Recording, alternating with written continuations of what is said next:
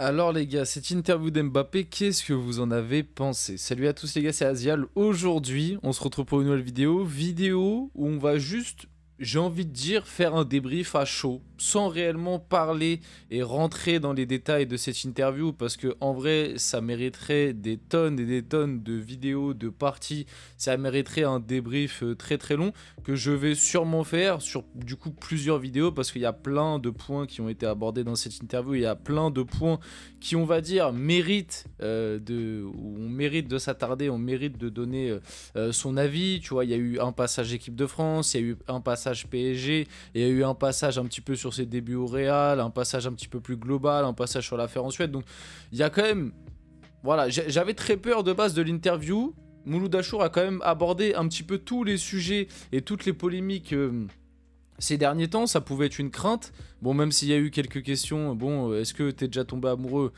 Voilà, moi personnellement, j'en ai rien à faire. Après, peut-être que c'est vrai que le truc qu'il faut qu'on se dise aussi, les gars, c'est que j'ai vu beaucoup de critiques sur cette interview. Le truc qu'il faut se dire, c'est que cette interview n'a pas été faite pour les mecs qui suivent le foot au quotidien comme nous. Cette interview a été faite pour le grand public. C'est pour ça que le média Click a été choisi. Si Mbappé avait voulu faire passer un message aux mecs qui suivent le foot H24, qui regardent, bon, bien évidemment, on l'a regardé quand même, mais s'il avait vraiment uniquement voulu faire passer un message aux fans de foot, aux vrais fans de foot qui suivent le foot tous les 3 jours, qui regardent tous les matchs, il n'aurait pas choisi Click pour faire une interview. Donc tu vois déjà, le média choisi t'a donné une idée sur qui il voulait toucher. Et cette interview, elle est clairement là pour envoyer un message au plus grand public possible. Et du coup, on essaye par rapport à quelques questions de le rendre plus humain. Tu vois, c'est pareil, il y a des questions qui ont été posées. Ça se voit que des questions ont été posées pour expliquer un peu au grand public et à ceux qui connaissent pas forcément le foot. Parce que quand Mouloud Achour pose la question à Kylian Mbappé, est-ce que tu vas rejouer une Coupe du Monde alors qu'il y a une Coupe du Monde dans un an et que Kylian Mbappé a 25 ans?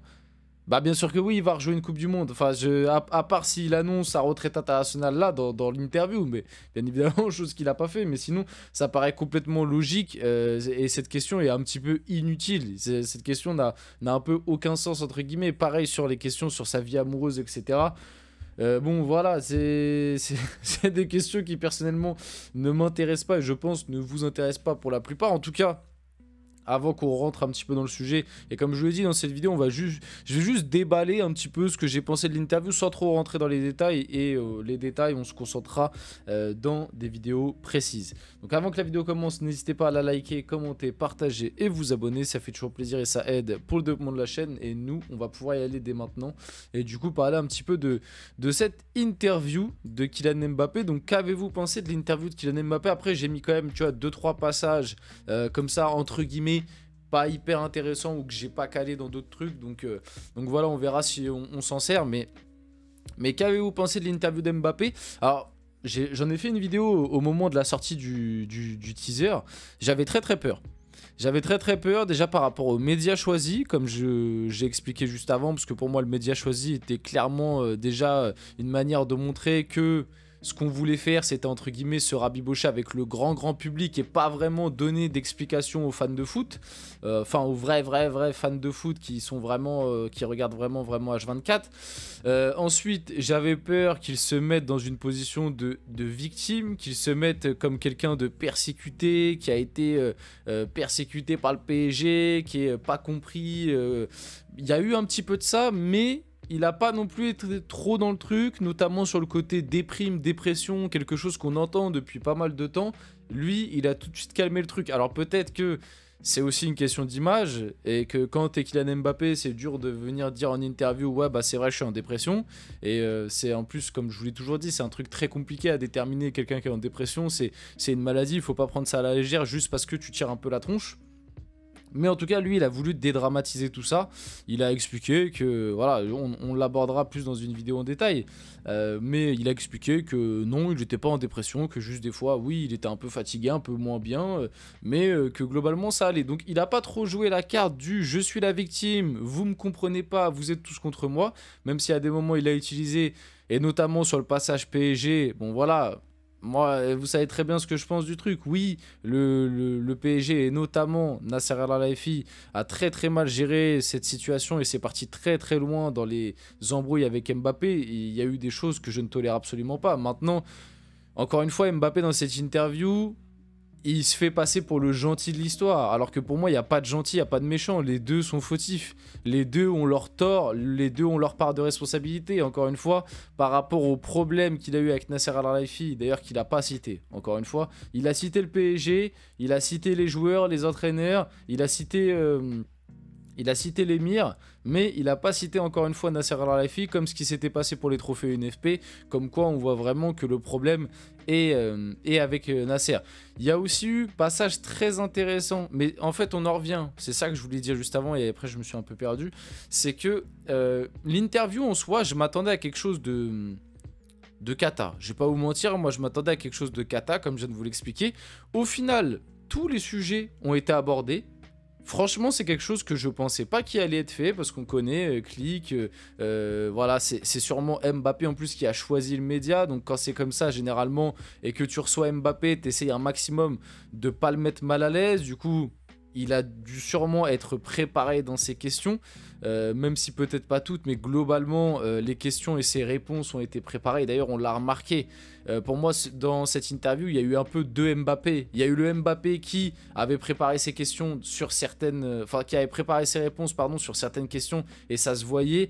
Et à contrario, il y a eu un deuxième Mbappé sur quelques questions, notamment sur le repos, les calendriers, même un moment sur l'équipe de France où on voit un Mbappé beaucoup plus naturel, qui donne un peu plus son avis à chaud et sans que ce soit réellement préparé. Et limite, c'est les moments de l'interview que j'ai trouvé les plus intéressants. Le problème, c'est que sur une interview de quasiment 1 heure, ça dure 5 minutes. Et le reste du temps, j'ai l'impression de voir juste un politicien déballer un script qu'il a déjà prévu à l'avance. Alors, et c'est d'ailleurs pour ça que globalement l'interview reste quand même décevante, même si je m'attendais à pire. Parce que t'as juste eu l'impression de voir un mec, encore une fois, réciter un texte, être dans sa partition un peu de... En plus, le truc qui est paradoxal, c'est qu'à un moment, il dit « Ouais, les footballeurs, on n'est pas des robots », mais pour moi, cette interview montre à quel point, en fait, si...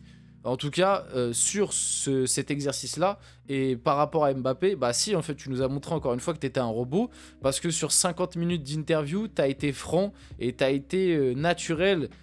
Allez, 5-10 minutes grand maximum, le reste de tes réponses sont des réponses purement scriptées. En plus de ce que j'ai compris, l'interview, il y a eu énormément de trucs qui n'ont pas été rajoutés, qui ont été coupés au montage.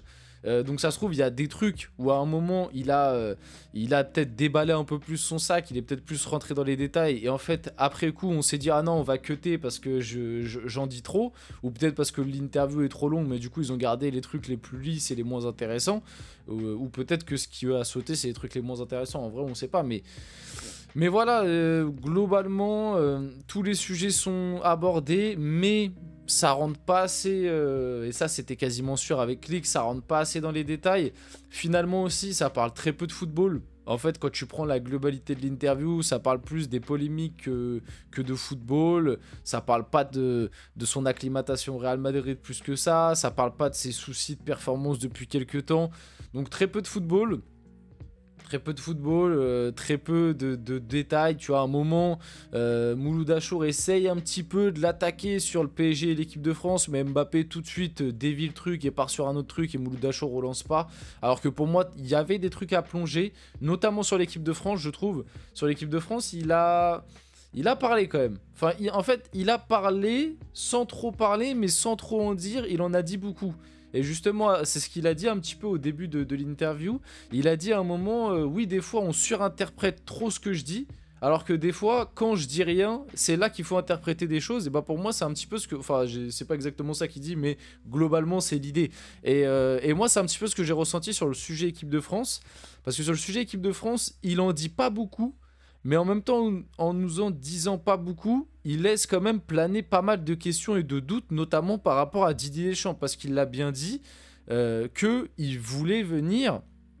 Alors bon, après pareil, est-ce que c'est de la com entre eux et tout pour se faire bien voir, je sais, enfin c'est très compliqué à déterminer, mais la façon dont il l'a dit, tu sens quand même qu'il y avait peut-être un petit problème avec Didier Deschamps. Tu vois, quand il dit ouais non, moi je voulais venir, on a eu une discussion avec le coach, je peux pas dire ce qu'il m'a dit parce que c'est resté entre nous deux et si ça sort dans la presse, il sait que ça va être moi, mais voilà, si en gros il dit c'est de lui, c'est de lui que vient le problème, si tu vas l'interviewer, vas-y. Donc ouais, c'est assez bizarre comme style de réponse. Mais ouais, globalement, voilà un petit peu mon ressenti sur l'interview. Hein. Finalement, une interview où on a quand même abordé tous les sujets, sans trop aller dans les détails malheureusement. On n'a pas beaucoup parlé de football, on a vu un Mbappé très peu naturel et au final, si tu suis quand même l'actualité football, t'as pas appris grand-chose. Voilà, tout ce qu'il a dit dans l'interview, globalement, on le savait déjà. Donc voilà, globalement décevant quand même malgré tout, mais pas aussi décevant que ce que je pouvais penser de base. Donc voilà un petit peu mon avis, n'hésitez pas à me dire vous, le vôtre dans les commentaires, à liker, commenter, partager et vous abonner les gars, c'était Azial, on se retrouve très rapidement pour une prochaine vidéo.